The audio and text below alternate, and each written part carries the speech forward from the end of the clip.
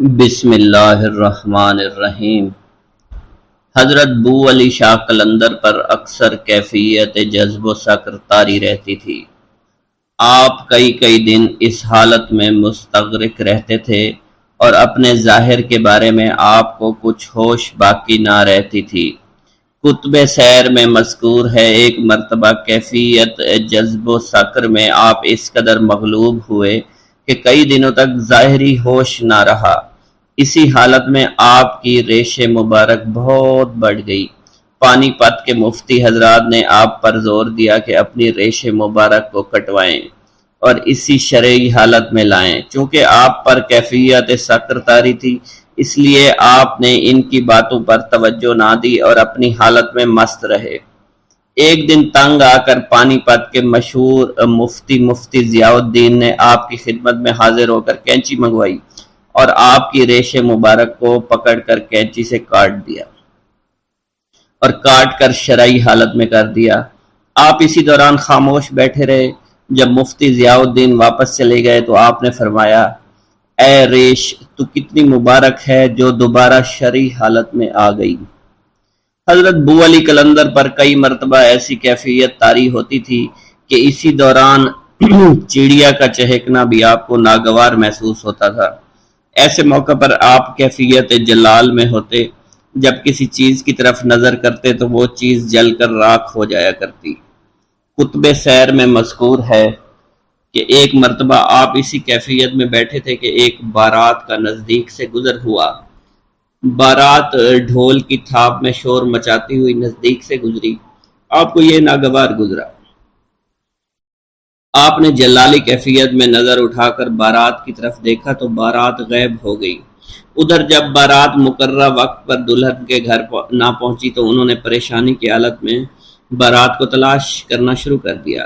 جب دلہن والے بارات کا معلوم کرنے ان کے گھر گئے تو محلے والوں سے پتہ چلا کہ بارات تو یہاں سے کافی دیر ہوئی جا چکی ہے۔ وہ لوگ مزید پریشان ہو گئے اور بارات کو پورے شہر میں تلاش کرنا شروع کر دیا، لیکن بارات کا کچھ پتہ نہ چلا۔ بالآخر وہ لوگ پریشانی کے عالم میں ایک بزرگ کے پاس تشریف لے گئے اور ان سے سارا ماجرا بیان کیا۔ ان بزرگ نے جب ساری بات سنی تو وہ خود پریشان ہو گئے اور بولے، غضب ہو گیا، تم فوراً حضرت بو علی قلندر کے پاس جاؤ۔ وہ لوگ حضرت بو علی قلندر کی خدمت میں حاضر ہوئے۔ آپ اس وقت ایک تالاب کے کنارے بیٹھے اس کی لہروں کو دیکھ رہے تھے۔ لوگوں نے آگے بڑھ کر قدم بوسی کی اور فرمایا، حضور، ہماری بارات غائب ہو گئی ہے، لہذا آپ ہمارے حال پر توجہ فرمائیے۔ بو علی قلندر نے فرمایا، اللہ کی نظر اور اس فقیر کی نیاز پکواؤ، بارات واپس آ جائے گی۔ چنانچہ ان لوگوں نے نیاز پکوا کر فقراء اور مساکین میں تقسیم کی اور حضرت بو علی قلندر کی خدمت میں حاضر ہو گئے۔ بو علی قلندر نے ان سے فرمایا، سامنے دیکھو۔ ان لوگوں نے نظریں اٹھا کر سامنے دیکھا تو بارات نظر آ گئی اور ڈھول کی تھاپ فضا میں بلند ہونا شروع ہو گئی۔ بارات والے ایسے خوش تھے کہ جیسے کچھ ہوا ہی نہیں تھا۔ اس واقعہ کے بعد حضرت بو علی قلندر کو لوگ قتال کے لقب سے یاد کرنے لگے۔ حضرت بو علی قلندر نے طویل عمر پائی۔ آپ نے اسی دوران 3 تغلق بادشاہوں کا دور دیکھا، جس میں غیاث الدین تغلق، محمد شاہ تغلق اور فیروز شاہ تغلق شامل ہیں۔ ایک مرتبہ سلطان غیاث الدین تغلق اپنے دور حکومت میں اپنے بیٹے محمد شاہ تغلق اور بھتیجے فیروز شاہ تغلق کے ہمراہ آپ کی خدمت میں حاضر ہوئے۔ کھانے کا وقت ہوا تو ان تینوں حضرات نے ایک ہی پیالے میں کھانا کھانا شروع کر دیا۔ بو علی قلندر نے جب یہ دیکھا تو فرمایا، اس وقت 3 بادشاہ ایک ہی پیالے میں کھانا کھا رہے ہیں۔ حاضرین محفل آپ کی اس بات کا مفہوم سمجھ نہیں پائے اور حیرانی سے ایک دوسرے کی طرف دیکھنے لگے۔ چنانچہ تاریخ نے یہ بات ثابت کر دی کہ حضرت بو علی قلندر کا فرمان حرف بہ حرف درست ثابت ہوا۔ سب سے پہلے غیاث الدین تغلق تخت نشین تھا۔ اس کے مرنے کے بعد اس کا بیٹا محمد شاہ تغلق تخت نشین ہوا اور پھر محمد شاہ تغلق کے مرنے کے بعد اس کا چچا زاد بھائی فیروز شاہ تغلق تخت نشین ہوا۔ ایک مرتبہ سلطان محمد شاہ تغلق حضرت بو علی شاہ قلندر کی خدمت میں حاضر ہوا اور دست بستہ کھڑا ہو گیا۔ حضرت بو علی شاہ قلندر نے محمد شاہ تغلق سے دریافت کیا، محمد شاہ تو یہاں کتنے دن کھڑا رہے گا؟ حضرت بو علی شاہ قلندر کی اس سوال سے مراد یہ تھی اور وہ اسی طرح کئی دیر تک حاضر خدمت رہے گا۔ سلطان محمد شاہ تغلق نے عرض کی حضور 3 دن رہوں گا۔ بو علی قلندر سلطان محمد تغلق کا جواب سن کر بولے تو 3 دن نہیں 4 سال تک یہاں رہے گا۔ آپ کی بات سن کر سلطان محمد تغلق سمجھ گیا آپ نے اس کی عمر کی طرف اشارہ کیا، چنانچہ اس واقعہ کے ٹھیک 4 سال بعد سلطان محمد شاہ تغلق کا انتقال ہو گیا۔ بو علی کی وجہ تسمیہ۔ حضرت شیخ شرف الدین المعروف حضرت بو علی قلندر کو سلسلہ قلندری میں بلند مقام حاصل ہے۔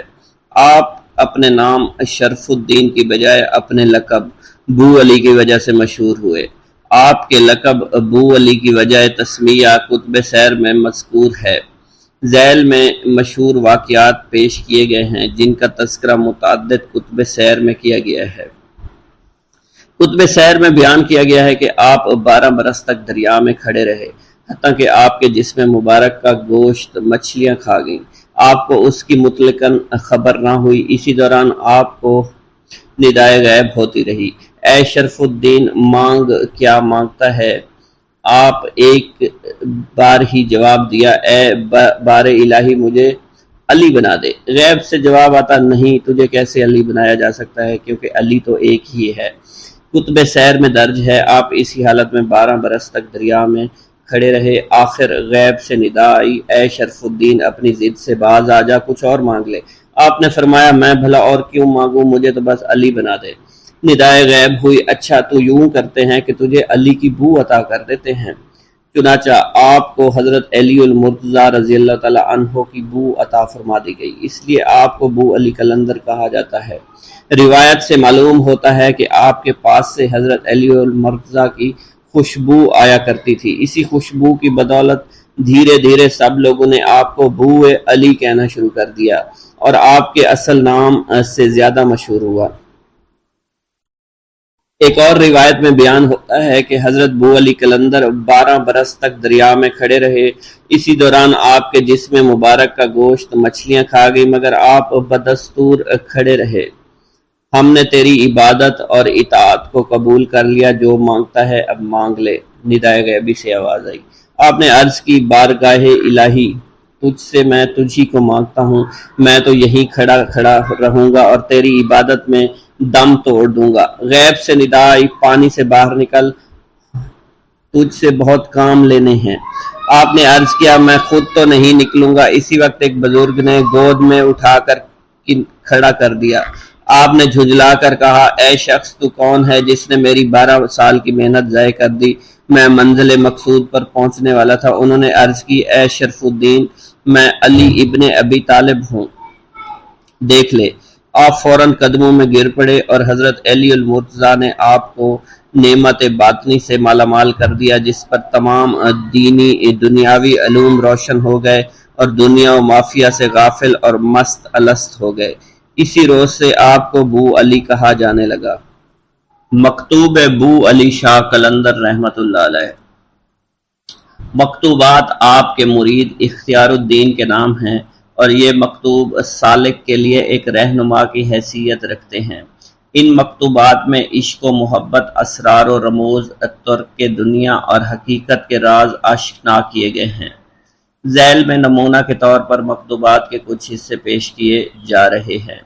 نمبر 1، عاشق نے اپنے عشق سے تمہارے وجود کا ملک بنایا ہے تاکہ اپنے حسن و جمال کو تمہارے آئینہ میں دیکھ سکے اور تم کو اپنے رازدان جانے، اور اس کا یہ فرمان تمہاری ہی شان میں ہے، انسان میرا بھید ہے، لہذا تم بھی عشق بنو تاکہ اس کے حسن کا جلوہ دیکھ سکو اور اس دنیا کی بجائے اس دنیا کی پہچان کرو جو کہ حضرت محمد مصطفیٰ صلی اللہ علیہ وآلہ وسلم کی ملکیت ہے۔ اپنی تخلیق کا راز جاننے کی کوشش کرو کہ تمہیں تخلیق کرنے کے پیچھے اس کا کون سا راز کار فرما ہے۔ اے دوست، تمہیں کچھ معلوم بھی ہے کہ خیال اور فکر کا کیا حل ہوا ہوگا؟ جب وہ تم کو نظر آئے گا تو تم کو معلوم ہوگا کہ یہ قسمت میں لکھا تھا تمہارے سامنے آ گیا۔ نمبر 3، اے دوست، جب اللہ تبارک و تعالیٰ تم پر اپنے انعامات و کرامات کی بارش شروع کرتا ہے تو تم کو تم سے دور کر دیا جاتا ہے، اور یہ عشق کا آغاز ہوتا ہے، پھر وہ تم پر حسن ظاہر کرتا ہے، اور جب تم اس حسن کا مشاہدہ کرنے لگو تو معشوق کو پہچاننے لگتے ہو، اور پھر عاشق بن کر معشوق ہو جاؤ۔ اسی معشوقی کے ذریعے ہی سے تم اس عاشق کی پہچان کر پاؤ گے۔ حضرت بو علی شاہ قلندر کا یہ دیوان عشق و مستی کی کیفیت کی پرجلال اور بلند آہنگ تعبیر ہے۔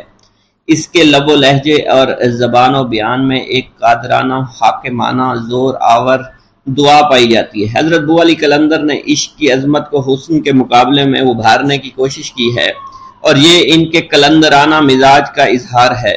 بو علی شاہ قلندر کا دیوان اشعار کی حیت، ترکیب ہستی اور حسن و امتزاج کے لحاظ سے شاہبیت کا درجہ رکھتے ہیں، اور قارئین کرام اہل ذوق حضرات کے لیے ان کی ہر غزل، ہر شعر، ہر مصرع، ہر لفظ ہزاروں خوشہ انگوز سمیٹے نظر آتا ہے۔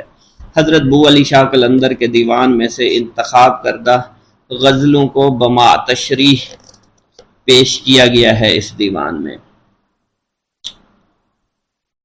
میں نے جب سے محبوب کا چہرہ دیکھا اپنے آپ کو بھلا دیا، اور میں محبوب کا حسن دیکھ کر مست ہو چکا ہوں۔ بو علی شاہ قلندر فرماتے ہیں، میں جس طرف بھی نظر کرتا ہوں مجھے اس کے سوا کچھ دکھائی نہیں دیتا۔ میرے نزدیک وہ مومن اور کافر میں یکساں ہے، مجھے اس کے عذاب کا کوئی ڈر نہیں، نہ ہی ثواب کی کچھ امید ہے۔ یہ اس کی مرضی ہے، وہ چاہے تو مجھے جنت میں ڈال دے، چاہے تو جہنم میں ڈال دے۔ میری جنت تو اس کا دیدار اور اس سے دوری میرے لیے دوزخ سے بڑھ کر ہے۔ اس کا قرب میرے لیے سب کچھ ہے۔ وہ عطا کرنے والا ہے، میں خطا کرنے والا ہوں، اور جتنے میری گناہ زیادہ ہیں اتنی ہی اس کی رحمت زیادہ ہے۔ جب مجھ جیسے غافل کی آنکھ کھلتی ہے تو اس کی وحدت ظاہر ہوتی ہے۔ عشق کو آسان سمجھنے والوں اس کی وسعت سے غافل ہو۔ اگر تم عشق کے سمندر میں غوطہ زن ہو تو تمہیں پتہ چلے کہ یہ ایک ایسا سمندر ہے جس کا کوئی کنارہ نہیں۔ اگر میں اس کے عشق میں ڈوب کر ایک مستانہ نعرہ بلند کروں تو دنیا کا نظام ایک ہی لمحے میں بگڑ جائے۔ حضرت بو علی شاہ قلندر فرماتے ہیں کہ دوست و محبوب کی صورت کو ہزاروں سجدے کرتے ہیں، لیکن کسی نے تیری وفا کے باغ سے کوئی پھل نہیں کھایا ہے۔ اسرائیل علیہ السلام بھی تیری صورت کے آشنا نہیں، ورنہ وہ یہ نہ کہتے کہ یار سجدے سے بے نیاز ہیں۔ اور جو لوگ تیری صورت پرستی کے منکر ہیں وہ خود میں آپ اپنے وقت کے عیسیٰ علیہ السلام ہیں، لیکن حقیقت میں گدھے کی دم ہے۔ آپ فرماتے ہیں کہ جو لوگ بت کی عبادت کرتے ہیں وہ دھوکے میں ہیں، اور اگر وہ تیرے چہرے کے ایک نقطے سے باخبر ہوتے تو ایسا کبھی نہ کرتے۔ حضرت آدم علیہ السلام کو سجدہ تو چہرے کے لیے کیا گیا، کیونکہ تیرے عشق تو ہر پردے میں سے دیکھ لیتے ہیں۔ تیرے چہرے کا جمال تو ہم بہرہ بار میں دیکھتے ہیں، اس کوچے میں انا الحق کا نعرہ لگانے والے معتبر نہیں ہیں۔ حضرت بو علی شاہ قلندر فرماتے ہیں کہ مجھے قلندری تو تیرے جمال کی بدولت ہی نصیب ہوئی، اور اس کا انکار کرنے والے عشق کے راز سے بے خبر ہیں۔ ایک گاؤں کے بارے میں کہا جاتا تھا کہ جہاں قدرت کی بے پناہ نعمتیں تھیں، اللہ پاک نے وہاں کے لوگوں کو مالا مال کیا ہوا تھا۔ ایسی نعمتیں کہ جن نعمتوں کو دیکھ کر انسان اکثر مغرور ہو جایا کرتے ہیں، مگر وہاں پر کچھ مسلمان تھے، اور سب سے بڑی اور بری بات یہ تھی کہ وہاں کے تمام لوگ کافر تھے۔ وہ کفار اپنی دولت پر بہت فخر کیا کرتے تھے، کیونکہ ان میں ہر ایک انسان بہت دولت مند تھا، ہر ایک کے پاس بے بہا پیسے تھے، کسی کو پیسوں کی کمی نہیں تھی۔ وہاں کے سردار کی ایک اکلوتی بیٹی تھی جس کو سردار بے پناہ پیار کرتا تھا۔ اس سردار کی بیٹی بے پناہ مغرور، ظالم، گھمنڈی تھی۔ وہاں پر غریب لوگ صرف مسلمان ہی تھے، تمام کافر ایک دوسرے کی مدد کیا کرتے تھے، لیکن مسلمانوں کی مدد کرنے والا وہاں پر کوئی نہ تھا۔ وہاں پر انہیں کوئی دیکھنے والا نہ تھا۔ سردار کی بیٹی کو کالے جادو میں خوب مہارت حاصل تھی، اور وہ جادو کی وجہ سے وہاں پر رہنے والے غریبوں پر بہت ظلم کیا کرتی تھی۔ تمام مسلمان اس سے بے حد پریشان تھے، اور وہ لوگوں کو غلام بناتی اور مزدور بناتی تھی۔ اگر ان میں کوئی اس کی بات نہ مانتا تو اس کو قیدی بنا کر اپنے اشاروں پر نچایا کرتی تھی۔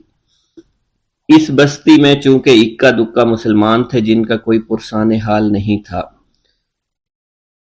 کوئی بھی ان کو بچانے والا نہیں تھا۔ جب وہ سردار کی بیٹی کے ظلم حد سے بڑھ گئے تو مسلمانوں میں سے ایک بوڑھے شخص نے اللہ کے حضور گڑ گڑا کر دعائیں کی، اے اللہ ہمارے چند نسلیں جو یہاں پر بچی ہوئی ہیں ان نسلوں کو تو بچا لے۔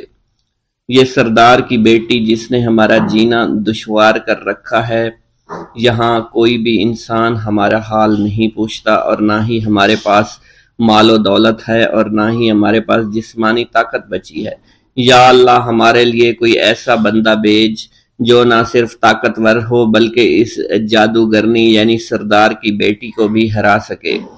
اللہ رب العزت نے اس بوڑھے کی دعا کو قبول فرمایا اور یوں اس جگہ پر ایک اللہ والے کو بھیج دیا، اور وہ اللہ والے ایسے ہی بستی میں داخل نہیں ہوئے بلکہ ایک دن کچھ عجیب واقعہ ہوا۔ ان کافروں کا سردار جنگل میں سیر سپاٹے کرتے ہوئے نکلا تھا، بڑی شان سے چلتا ہوا وہ سفر کر رہا تھا۔ اچانک ایک زہریلا سانپ اس کے سامنے آیا۔ اس زہریلے سانپ نے بادشاہ کو ڈس لیا اور وہ بے ہوش ہو کر زمین پر گر پڑا اور تڑپنے لگا۔ اس کے جو ساتھی تھے انہوں نے جب اپنے سردار کو یوں تڑپتا ہوا دیکھا اور سردار کی غیر حالت دیکھی تو کہ جسے ایک زہریلے سانپ نے کاٹ لیا ہے، تو وہ فوراً اسے اٹھا کر گھر لے آئے تاکہ اسے بچانے کے لیے کچھ کیا جا سکے۔ اس لڑکی نے اپنے باپ کی جب یہ حالت دیکھی تو اپنے آس پاس کے بڑے بڑے حکیموں کو بلایا، لیکن عجیب بات یہ تھی کہ لاکھ کوشش کے باوجود زہر نکالنے میں سارے ناکام ہو رہے تھے اور زہر تیزی کے ساتھ اس کے جسم میں پھیلتا چلا جا رہا تھا۔ لیکن اسی وقت وہاں ایک درویش کی آمد ہوئی، ایک اللہ والے آئے، ان اللہ پاک نے اس مقصد کے تحت وہاں بھیجا تھا۔ اس اللہ کے ولی نے سردار کے گھر پر پہنچ کر دروازے کو کھٹکھٹایا۔ نوکروں نے پوچھا کون ہو، کس سے ملنا ہے؟ اس نے کہا میں نے سنا ہے کہ یہاں کے سردار کو سانپ نے ڈس لیا ہے۔ نوکر کہنے لگے کہ تمہیں کیسے پتا چلا کہ یہاں کے سردار کو سانپ نے ڈس لیا ہے؟ تم تو ہمیں اجنبی لگتے ہو، ہم نے تمہیں آج تک یہاں نہیں دیکھا ہے۔ اس نے کہا میں مسافر ہوں اور مجھے خبر ملی ہے کہ یہاں کے سردار کو ایک زہریلے سانپ نے ڈس لیا ہے اور کوئی بھی اس کا علاج نہیں کر پا رہا۔ نوکروں نے کہا تم کون ہو؟ اللہ والے نے کہا میں حکیم ہوں اور میں ان کے علاج کی غرض سے یہاں آیا ہوں۔ وہ نوکر اللہ والے کی حالت دیکھ کر ہنسنے لگے کیونکہ آپ نے پھٹے پرانے کپڑے پہن رکھے تھے اور دیکھنے سے بہت غریب معلوم ہوتے تھے۔ وہ نوکر کہنے لگے کہ اتنے بڑے سردار کا علاج کرو گے؟ ارے یہاں تو اس کے پاس بڑے بڑے حکیم بلائے گئے ہیں، ہمارے سردار کے پاس پیسوں کی کوئی کمی نہیں ہے، اور وہ تم جیسے غریب سے بھلا کیوں علاج کروائیں گے؟ درویش نے کہا اگر تم چاہتے ہو تمہارے سردار کی جان بچ جائے پھر مجھے اندر جانے دو۔ غلام کہنے لگا ٹھیک ہے ہم اندر جا کر اجازت لے کر آتے ہیں۔ نوکر اندر گئے، سردار کی بیٹی سے کہا ایک غریب آیا ہے، کپڑوں سے فقیر معلوم ہوتا ہے لیکن کہتا ہے میں سردار کا علاج کر سکتا ہوں اور میں سردار کا علاج کروں گا۔ جو زہر تیزی کے ساتھ جسم میں پھیل رہا ہے میں اس کو باہر نکال پھینک کروں گا۔ اس کی بیٹی کہنے لگی ٹھیک ہے بلا لو۔ جب وہ اللہ والے اس کے گھر کے اندر گئے تو دیکھا سردار تڑپ رہا تھا، ٹانگ کو بار بار بستر پر پٹخ رہا تھا۔ اللہ والے نے اس کے پیر کی طرف دیکھا جہاں سانپ نے اس کو کاٹا تھا، اسی جگہ اللہ والے نے تھوک دیا، فوراً وہاں سے بھاگ گئے۔ اس کے سارے سپاہی اس کی بیٹی دیکھ کر حیران رہ گئے کہ یہ بھلا کون سا دیوانہ ہے، کمرے میں آیا علاج کی بجائے اسی جگہ پر تھوک دیا جہاں صرف کاٹا تھا اور بھاگ بھی گیا، اس کو کوئی گرفتار نہیں کر سکا۔ سردار کی بیٹی غصے میں تل ملا اٹھی کہ اس نے جو گستاخی کی ہے اس کی کوئی بات نہیں، تھوک کو میں صاف کروا دوں گی مگر اس کو تو میں ابھی گرفتار کرواتی ہوں۔ اور اس نے اپنے سردار کے ایک نوکر سے کہا کہ اس تھوک کو صاف کرو۔ اس نوکر نے تھوک کو صاف کرنے کی بجائے اس کو اچھی طرح سے ٹانگ پر مل دیا۔ لڑکی نے کہا کیا کر رہے ہو؟ اس فقیر نے میرے باپ کی ٹانگ پر تھوک دیا، اب اس تھوک کو تم مل رہے ہو؟ حکیم نے اپنے ہاتھ کے اشارے سے سردار کے بیٹے کو روک دیا۔ جیسے اس تھوک کو سردار کی ٹانگ پر ملا گیا فوراً سارا زہر ختم ہو گیا۔ جو ٹانگ کٹنے کے قابل تھی وہ ٹانگ بالکل ٹھیک ہو چکی تھی۔ جو نیلی پڑ چکی تھی اب اصلی حالت میں آہستہ آہستہ واپس آ رہی تھی، اور جب وہ قبیلے کا سردار بالکل ٹھیک ہو گیا، ہوش میں آ گیا، تو حیران رہ گیا۔ اسے بتایا کہ فقیر بابا کے تھوک کی وجہ سے آپ ٹھیک ہوئے ہیں۔ اس نے کہا وہ بزرگ تو ہمارے لیے مسیحا ہے، تم لوگوں نے انہیں جانے کیوں دیا؟ انہیں میرے پاس لے کر آؤ، انہوں نے ہم پر بہت بڑا احسان کیا ہے، ہم اس کے احسان کا بدلہ ضرور چکائیں گے۔ اس کی بیٹی جو خاموشی سے باپ کو دیکھ رہی تھی، اس نے کچھ بھی نہ کہا۔ گاؤں کے سردار کے کہنے پر سارے سپاہی اللہ والے کو ڈھونڈنے کے لیے نکل گئے۔ وہ چاروں طرف پھیل گئے، لیکن کہیں بھی اللہ والے کا پتہ نہیں چل رہا تھا۔ پھر جب سپاہی تلاش کرتے کرتے جنگل میں داخل ہوئے، وہاں ایک درخت کے نیچے ایک آدمی کو عبادت کرتے ہوئے دیکھا۔ وہ غور سے اس کو دیکھ رہے تھے اور کہہ رہے تھے، یہ کس طرح کی عبادت کر رہے ہیں؟ ہم لوگ تو اپنے بتوں کے آگے ہاتھ جوڑتے ہیں، یہ نہ جانے کس کو سجدہ کر رہے ہیں۔ خیر، عبادت کے فوراً بعد اللہ والے کو پکڑ لیا، گاؤں کے سردار کے سامنے پیش کیا۔ وہ کہنے لگا، آپ کون ہیں اور کہاں سے آئے ہیں؟ سب سے پہلے تو میں گستاخی کی معافی چاہتا ہوں، میرے لوگوں نے آپ کے ساتھ بڑی بدتمیزی کی، لیکن آپ کی وجہ سے آج میں زندہ ہوں۔ ہم گناہ گاروں کی وجہ سے آپ جیسے لوگوں کو بہت تکلیف ہوئی ہے، اس لیے میں معذرت چاہتا ہوں۔ آپ سے درخواست کرتا ہوں کہ آپ میری طرف سے یہ قیمتی لباس یعنی کپڑے اور عربی گھوڑا قبول کیجئے۔ اللہ والوں نے اس کی طرف مسکرا کر دیکھا اور کہا، یہ گھوڑا، یہ لباس بہت قیمتی ہے، مگر یہ لباس پہن کر اس گھوڑے کے لیے گھاس کاٹوں گا تو کیا اچھا لگوں گا؟ سردار نے کہا، فکر نہ کریں، گھوڑے کے ساتھ ساتھ ہم آپ کو نوکر بھی دیں گے۔ اللہ والے نے کہا کہ اتنی مال و دولت اور نوکروں کے ساتھ میں اکیلا رہوں گا؟ گاؤں کا سردار بولا، حضور آپ کی یہ بات سن کر میں سوچ میں گم ہو گیا ہوں، لیکن یہ میری بیٹی آپ کے سامنے حاضر ہے۔ بیٹی حیرت سے اپنے باپ کو دیکھ رہی تھی کہ میرا باپ اب کیا کہنے والا ہے۔ سردار نے کہا، میری بیٹی جسے آپ نے دیکھ لیا ہے، اس کی شادی میں آپ سے کر دوں گا، مگر ایک شرط ہے کہ آپ کو اپنے مذہب کو چھوڑنا پڑے گا۔ میرے سپاہیوں نے آپ کو عبادت کرتے ہوئے دیکھا ہے، جہاں تک ہمارے معمولات ہیں ہم بتوں کے آگے سجدہ کرتے ہیں اور ان کی عبادت کرتے ہیں، اور آپ جس کے آگے سجدہ کرتے ہیں وہ اللہ ہے، یعنی آپ مسلمان ہیں، اس لیے آپ کو اپنا مذہب چھوڑنا پڑے گا۔ کیا آپ ایسا کر سکتے ہیں؟ اللہ والے نے کہا کہ مجھے ایک بات بتائیے، آپ سب کچھ دیکھ رہے ہیں، آپ نے مجھے یہ بھی دعا دی کہ میری اولادیں ہوں اور آپ کی نسل آپ کی بیٹی سے چلے گی۔ مجھے ایک بات بتائیں، اگر ان بچوں میں سے کسی بچے کو خدا نہ خواستہ کچھ ہو گیا تو کس کو رونا پڑے گا؟ سردار نے جواب دیا، اگر خدا نہ خواستہ کچھ ایسا ہوا تو رونا مجھ کو ہی پڑے گا۔ اللہ والا نے مسکرا کر کہا، اگر یہ سارا مال لے کر مجھے رونا ہی پڑا تو آپ اپنا گھوڑا، اپنی دولت، اپنی بیٹی، ہر چیز اپنے پاس رکھ لو۔ میں خوش ہوں، میں مسلمان ہوں، میں ٹھیک ہوں۔ اگر یہ تمام چیزیں لے کر مجھے اپنا محلہ چھوڑنا پڑے تو میں اپنی جان دے کر بھی اپنے مذہب کو نہیں چھوڑوں گا۔ جس طرح آپ نے مجھے نوازا ہے، میں اسی رب کے دین کو چھوڑ کر چلا جاؤں گا۔ صرف چند پیسوں کی خاطر میں ہر دن پیسہ نہیں کر سکتا، اور اپنی درویشی میں میں بہت خوش ہوں۔ اللہ نے مجھے جس مقصد کے لیے بھیجا تھا وہ میرا مقصد پورا ہو جائے گا۔ گاؤں کے سردار نے پوچھا، یہ کہہ کر وہ اللہ والے جانے لگے تو سردار نے درویش کو رک جانے کا کہا اور کہنے لگے، میں نے مال دے کر تمہیں آزمایا اور تمہیں پرکھا، لیکن تم اپنے مذہب کو چھوڑنے پر راضی نہیں ہو۔ اگر تم یہی سب کرنے آئے تھے تو تمہیں اس بات کا ڈر نہیں؟ کیا تم نہیں جانتے ہم کتنے طاقتور ہیں، اور میری بیٹی اپنے عمل میں اتنی ماہر ہے کہ تمہیں یہاں کھڑے کھڑے ابھی جنگلی جانور بنا سکتی ہے۔ اللہ والے نے کہا کہ اس نے جنگلی جانور کمزور لوگوں کو بنایا ہوگا، یہ مجھے جانور بنا کر تو دکھائے۔ اس سے پہلے کہ گاؤں کا سردار اپنی بیٹی سے کچھ کہتا کہ اس پر وار کرو، اللہ والے نے جادوگرنی پر ایسی پھونک ماری کہ وہ اسی وقت ایک بہت بڑی چھپکلی بن گئی۔ وہ کچھ بھی نہیں کر پا رہی تھی، وہ چھپکلی اتنی بڑی تھی کہ وہاں پر جتنے بھی انسان کھڑے تھے ان سب میں سب سے زیادہ اونچا اس کا قد تھا۔ وہ چھپکلی اللہ والے کے پاس آئی، اپنا زہر اس پر اگلنا چاہتی تھی کہ اسی وقت اس نے اس کے منہ پر تھوک دیا۔ تھوکنے کی دیر تھی، وہ چھپکلی جلنے لگی اور جس سے گرمی کی وجہ سے اس کا چہرہ پگھل رہا تھا، اس کا چہرہ جل کر کالا ہو چکا تھا۔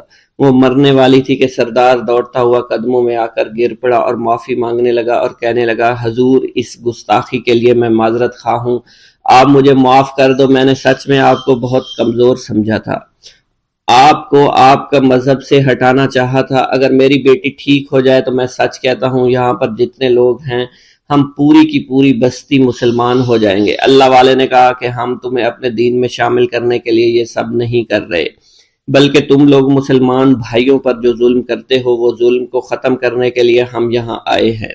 ہمارے دین میں جبر اور ظلم نہیں۔ اگر تمہارے بیٹی سے انسان بن کر سدھر جاتی ہے تو اس کو اس کی اصلی حالت میں لانے کے لیے میں خود کو اللہ کی بارگاہ میں پیش کروں گا اور دعا کروں گا۔ سردار کہنے لگا کہ ہاں میری بیٹی اصلی حالت میں اگر آ جائے تو پھر ہم کسی پر ظلم و ستم نہیں کریں گے، اور میں دل سے اپنی بیٹی کے لیے معافی چاہتا ہوں۔ آج سے یہ کوئی بھی جادو ٹونا اور مسلمانوں کو تنگ نہیں کرے گی اور نہ ہی کسی مسلمان پر یہ ظلم اور جبر کرے گی، بس آپ اسے دوبارہ سے انسان بنا دے۔ اللہ والا نے چھپکلی پر دوبارہ سے پھونک ماری تو پھر سے انسان بن گئی اور اللہ والے کے قدموں سے وہ لپٹ گئی، کہنے لگی مجھے معاف کر دیجئے، مجھے معاف کر دیجئے، میں نے اپنے آپ کو بہت طاقتور سمجھا۔ اس لڑکی کا آدھا چہرہ جل چکا تھا اور کالا ہو چکا تھا۔ وہ کہنے لگی کہ آج اپنے باپ کے ساتھ میں آپ کے دست مبارک پر مسلمان ہونا چاہتی ہوں۔ میں وعدہ کرتی ہوں کہ آج سے اس بستی پر کوئی بھی کافر کسی مسلمان کے ساتھ بدتمیزی نہیں کرے گا، زیادتی نہیں کرے گا، ظلم اور جبر نہیں کرے گا، بلکہ ہم سب یہاں مل جل کر رہیں گے اور بھائی چارے کے ساتھ رہیں گے۔ ہم سب مسلمان ہو جائیں گے اور پھر یوں اللہ والے کے ہاتھوں پوری بستی کا سردار اور اس کی بیٹی نے اسلام قبول کر لیا اور سردار نے اللہ والے سے اپنی بیٹی کا نکاح کر دیا اور پھر اس بستی میں ہمیشہ کے لیے امن و امان قائم ہو گیا۔ حضرت شیخ شرف الدین بولی قلندر کے اجداد اور والدین کے بارے میں تاریخ خاموش ہے، اور کہیں کہیں اگر کوئی بات ملتی ہے تو اس کا باہم ارتباط کرنا از حد مشکل ہو جاتا ہے۔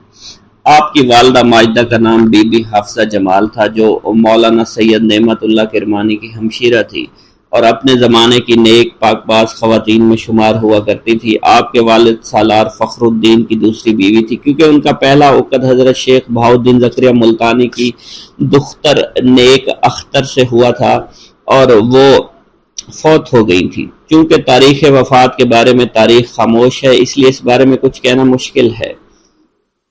حضرت شیخ شرف الدین بولی قلندر کا تعلق حضرت امام ابو حنیفہ کے خاندان سے تھا۔ آپ کے جد امجد کا علاقہ کرمان ایران تھا، جہاں وہ مدت العمر سے رہتے چلے آئے تھے۔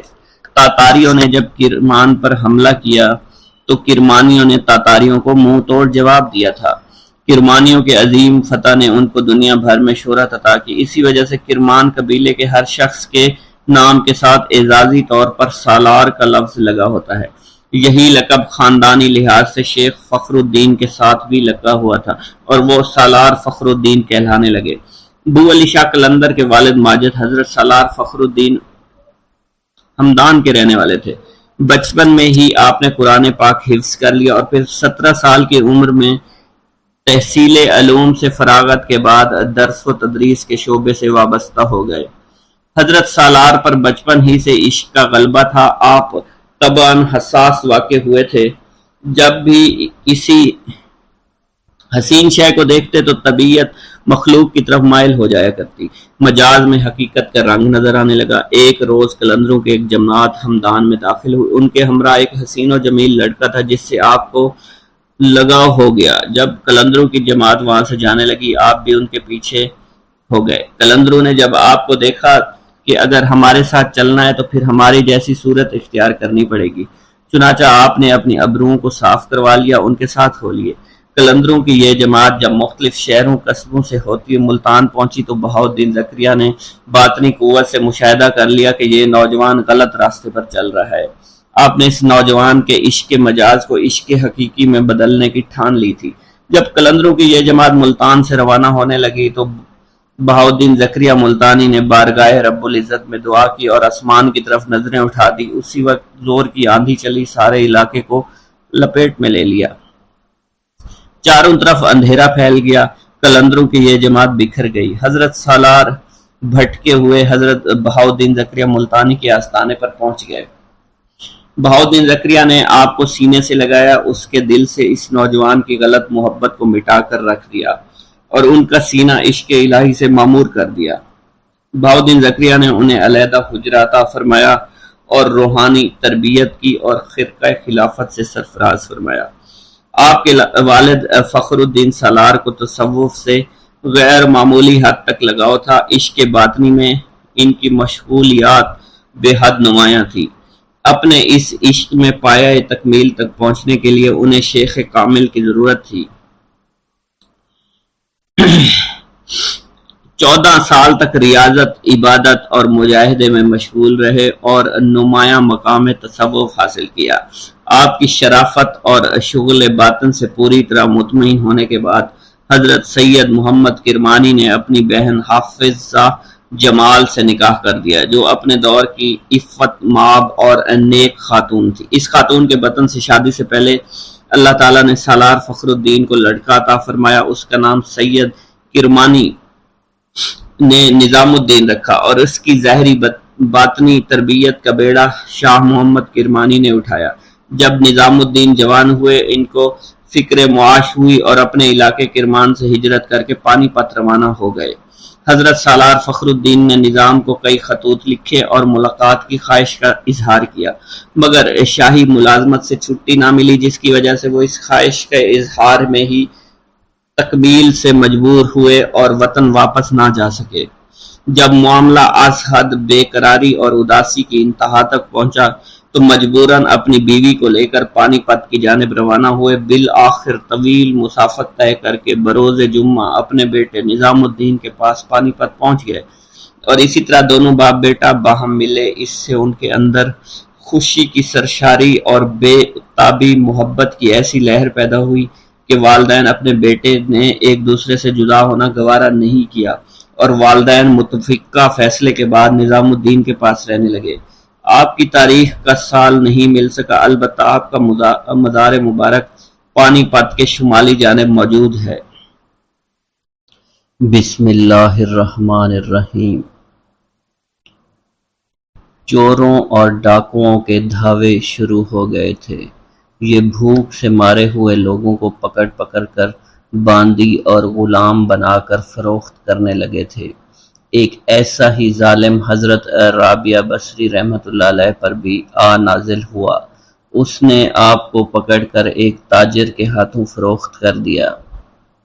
روایت میں اس تاجر کا نام عتیق بتایا گیا ہے، جس نے انہیں آگے کسی اور کے ہاتھ بیچ ڈالا۔ ایک یہ روایت بھی مشہور ہے کہ آپ کی بہنوں نے غربت اور تنگ دستی سے تنگ آ کر خود آپ کو بیچ دیا تھا، لیکن ہماری تحقیق کے مطابق یہ روایت بے بنیاد باطل ہے اور کسی بھی مستند تاریخی ذریعے سے اس کی تصدیق آج تک نہیں ہوئی۔ حضرت رابعہ کا یہ مالک بڑا سنگ دل شخص تھا، رات رات بھر آپ کو اپنی خدمت پر مامور رکھتا اور آپ کی کم عمری اور زبوں حالی پر اس کو ذرا بھی ترس نہ آیا کرتا۔ آپ نہایت صبر اور خاموشی کے ساتھ اس کی خدمت کرتی رہیں۔ جب بھی موقع ملتا آپ نماز کے لیے کھڑی ہو جاتی اور رو رو کر پروردگار سے کہتی کہ اے میرے رب، تو مجھے جس حال میں بھی رکھے مجھے منظور ہے، اگرچہ میں غلامی کی مصیبت میں مبتلا ہوں، خدمت گزاری کی مشقتیں سہ رہی ہوں، لیکن اگر تو مجھے اس حال میں رکھنا چاہتا ہے تو مجھے کسی اور حال کی خواہش نہیں، میں تو صرف اتنا چاہتی ہوں کہ تو مجھ سے راضی ہے یا ناخوش۔ شاید حضرت رابعہ بصری کو احساس ہو گیا تھا کہ اللہ کی رضا اس وقت انہیں اس حال میں رکھنے کی ہے۔ اس کی وجہ کوئی ناراضی نہیں بلکہ یہ محض ایک آزمائش ہی ہے۔ اپنے آقا کی خدمت میں انہیں کوئی تکلیف محسوس نہیں ہوتی تھی، کیونکہ جو اللہ کی رضا کے جویا ہوتے ہیں وہ ساری دنیا کی مصیبتوں سے بے پرواہ ہو جایا کرتے ہیں۔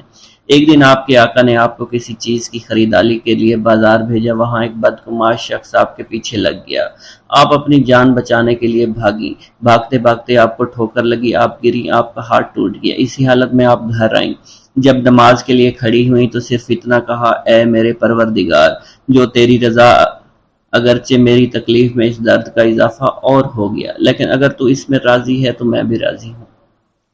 واقفان حال کے لیے حضرت رابعہ بصری کا یہ صبر و شکر باعث حیرت نہیں، کیونکہ آپ جیسے اللہ کے نیک بندے ایک ایسی وسیع دنیا، ایک ایسے بلند سطح کے باشندے ہوتے ہیں کہ جہاں بڑی بڑی تکالیف اور حوادث بھی چھوٹے محسوس ہوا کرتے ہیں۔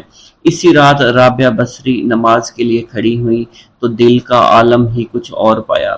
آج آپ اللہ سے رحم کی دعائیں مانگنے لگی، التجا کرنے لگی، آپ کو غلامی کی زنجیروں سے نجات مل جائے، آپ کی دعاؤں کی صدا آپ کے آقا کے کان تک پہنچ جائے۔ وہ کان لگا کر سننے لگا، اس نے سنا کہ رابعہ کہہ رہی تھی، اے پروردگار، تجھے معلوم ہے میرا دل تیری اطاعت کا خواہ ہے، میری آنکھیں تیری خدمت سے ٹھنڈی ہیں، اگر معاملہ میرے ہاتھ میں ہوتا تو میں ایک لحظہ بھی تیری عبادت سے غافل نہ ہوا کرتی، مگر تو نے میرا معاملہ ایک سنگ دل انسان کے ہاتھ میں دے دیا ہے۔ یہ الفاظ سن کر آقا کا دل کانپ اٹھا، اس نے اٹھ کر رابعہ بصری کو دیکھنا چاہا تو اسے یوں لگا جیسے اس کے سر پر ایک چراغ روشن ہے جس سے سارا کمرہ بکہ نور بنا ہوا ہے۔ فوراً آگے بڑھ کر اس نے بی بی رابعہ بصری سے اپنے خطاؤں کی معافی مانگنی چاہی اور کہا، آپ میری طرف سے آزاد ہیں، اگر آپ کا جی چاہے تو میرے پاس رہیں اور جی چاہے تو کسی ایسی جگہ چلی جائیں جہاں آپ کو خوشی ملتی ہو۔ اس غیر متوقع انعام پر حضرت رابعہ بصری حیران رہ گئیں۔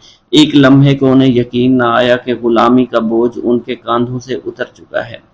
آپ نے بارگاہ الہی میں ہاتھ بلند کیے اور اپنے رب کا شکر ادا کرنے لگی، جس نے انہیں اس عذاب سے نجات دلائی تھی، جس نے ان کے ماں باپ کی وفات کے وقت انہیں گرفت میں لے رکھا تھا۔ یقیناً غلامی کی اس کیفیت میں انہیں دن رات جان توڑ مشقت کرنا پڑی تھی۔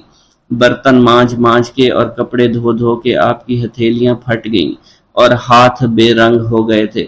فرش اور دیواروں کی صفائی کرتے کرتے آپ کی کمر دکھنے لگی تھی۔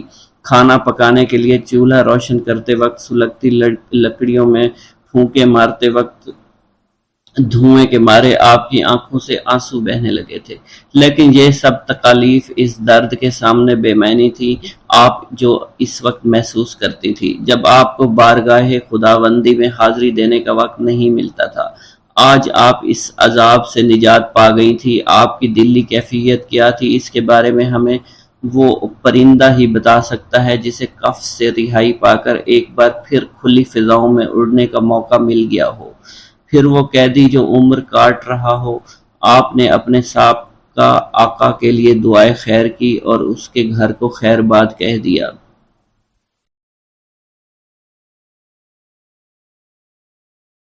آزادی پانے کے بعد آپ کہاں گئیں، کن کن حالات سے گزرتی رہیں اور قوت لا یموت حاصل کرنے کے لیے کن ذرائع کو اختیار کرتی رہیں، اس بارے میں کوئی تفصیلی تذکرہ تاریخ کی کتب میں موجود نہیں۔ کوئی نہیں جانتا کہ آپ نے کبھی شادی بھی کی یا نہیں، آپ کی اپنی بہنوں سے دوبارہ ملاقات ہوئی یا نہیں، آپ نے باقاعدہ تعلیم کہاں سے حاصل کی اور اس وقت حکمرانوں سے آپ کا تعلق کیسا رہا۔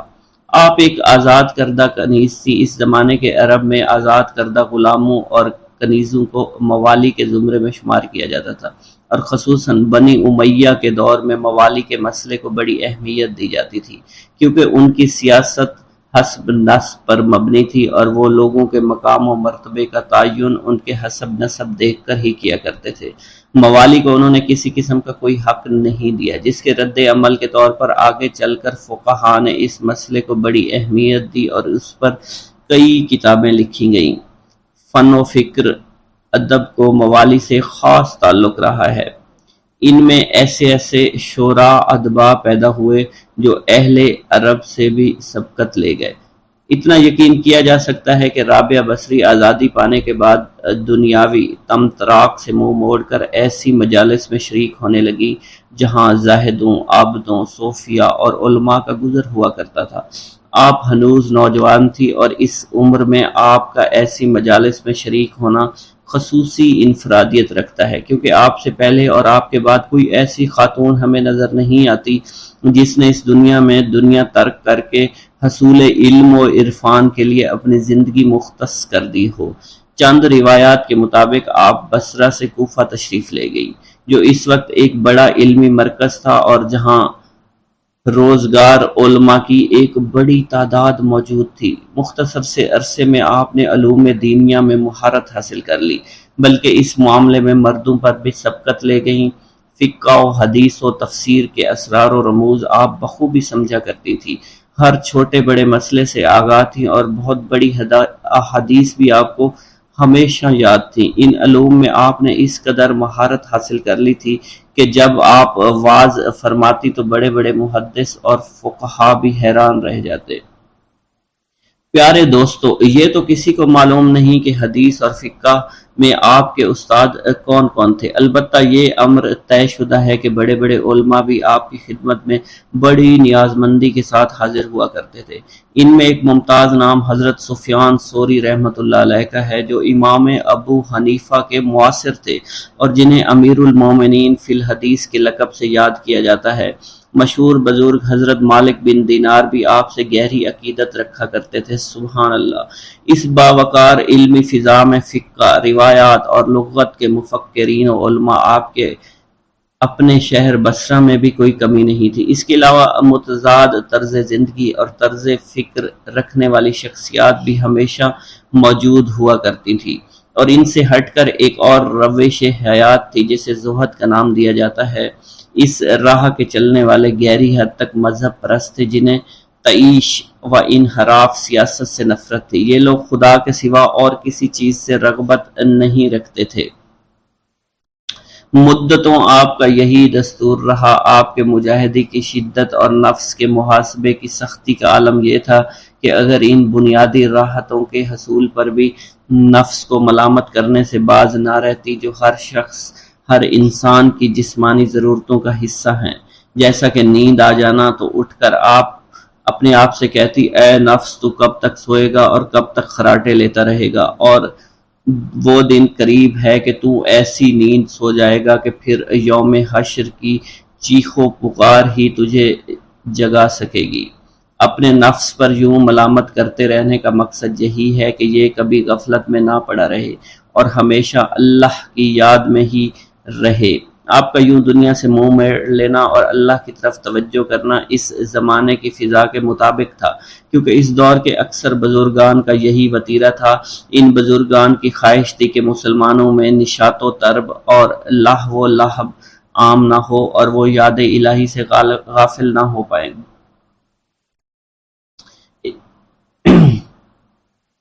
زہد ایسے